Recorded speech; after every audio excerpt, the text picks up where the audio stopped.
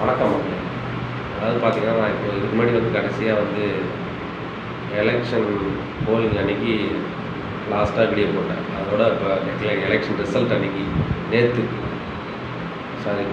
Election result முடிஞ்சு இன்றைக்கி video பண்ண வேண்டியதாக இருக்குது.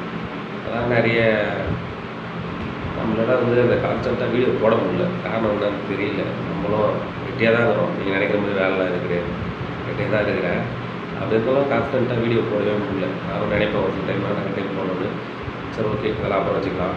அதாவது என்னன்னு பார்த்தீங்கன்னா, நம்முடைய பிரைம் மினிஸ்டர் உயர்ந்து மோடி அவர்கள் இப்போ இந்த நேரத்துக்கு மதியம்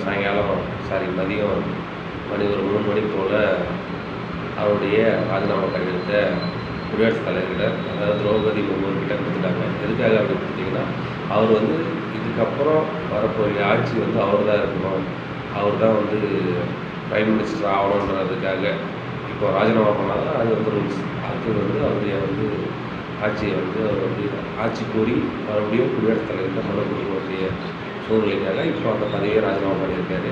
இப்போ பார்த்திங்கன்னா அவர் தான் மறுபடியும் அகைன் பிரைம் மினிஸ்டர், நம்மளுக்கான பிரைம் மினிஸ்டராக இருப்பார்னு நான் நினைக்கிறேன். ஏன்னா அவர் இப்போ பண்ணுறதெல்லாம் பார்த்தா அவர் தான். ஏன்னா அவர் தான் 289 சம்திங் 272க்கு மேலே இருக்கிறவங்க எல்லாருமே, அதாவது எந்த கட்சியாக இருந்தாலும் அவங்க தான் ஆட்சி அமைக்க முடியும். இவருடைய கூட்டணி கட்சிகளான அவங்களுடைய சேர்க்கையில் கொண்டு இப்போ சேர்ந்து கூட்டணி கட்சிகளோட ஆட்சி அமைக்கப்படாது. அதற்காக இப்போதைக்கு நம்முடைய உயர்திரு மோடி அவர்கள் அவருடைய பதவியை ராஜினாமா பண்ணியிருக்காரு. வருகிற இன்னும் ஒரு சில நாட்களில் கண்டிப்பாக அவங்களுக்குள்ள ஒரு சின்ன சின்ன ஆலோசனைகள்லாம் முடிஞ்சதுக்கப்புறம், அந்த கூட்டணி கட்சி ஆலோசனை முடிஞ்சதுக்கப்புறம் அவங்க மறுபடியும் புதிய ஆட்சியை இப்போ தமிழ்நாட்டில் இந்தியாவில் மறுபடியும் புதுசாக ஒரு லோக்சபா எலெக்ஷன் முடிஞ்சதுக்கப்புறம் இப்போ வர ஆட்சி, அதாவது பாராளுமன்ற எலெக்ஷன் முடிஞ்சு இந்த ஆட்சி புதுசாக இப்போதைக்கு அவங்க கொண்டு வர போகிறாங்க. அதுக்கான வேலையெல்லாம் வந்துருக்கு. இதை பற்றின உங்களுக்கு ஏதாவது கருத்து இருந்தது அப்படின்னா, நான் ஏதாவது இதுக்கப்புறம் நானும் கண்டினியூஸாக வீடியோ பண்ணணும்னு நினைக்கிறேன். இதுக்கப்புறம் உங்களுக்கு ஏதாவது கருத்து இருந்தது, இப்போ எதை பற்றினா பேசணும்னு நினச்சிங்கன்னா அவருடைய விஷயத்தை கீழே கமெண்ட் பாக்ஸில் சொல்லுங்கள். கண்டிப்பாக நீங்கள் சொன்னீங்கன்னா அதை பற்றி நான் பேசுகிறேன். கண்டிப்பாக அதை பற்றி தெரிஞ்சுக்கிட்டு தெளிவாக பேசுகிறேன்.